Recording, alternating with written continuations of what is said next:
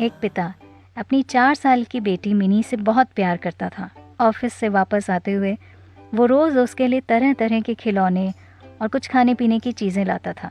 बेटी भी अपने पापा से बहुत अटैचमेंट रखती थी और हमेशा अपनी तोतली आवाज़ में पापा पापा कहकर बुलाती रहती थी। दिन अच्छे बीत रहे थे कि अचानक एक दिन मिनी को बहुत तेज़ बुखार हुआ। सभी घबरा गए। वो दौड़े भागे डॉक्टर के पास गए, पर वहाँ ले जाते मिनी की डेथ हो गई। परिवार पे तो मानो पहाड़ ही टूट पड़ा और पिता की हालत तो जैसे एक मृत व्यक्ति के समान हो गई।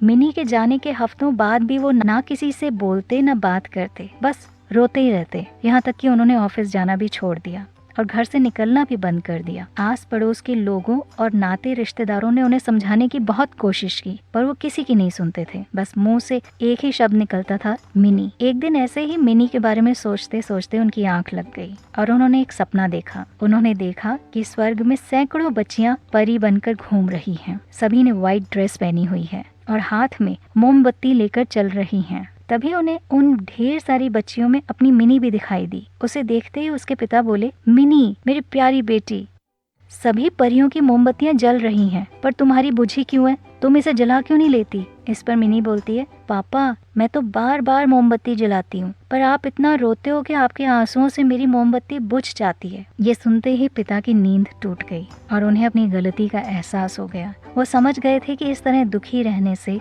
उनकी बेटी कभी खुश नहीं रह सकती। उस दिन के बाद से वो पिता अपनी नॉर्मल जिंदगी की तरफ बढ़ने लगे।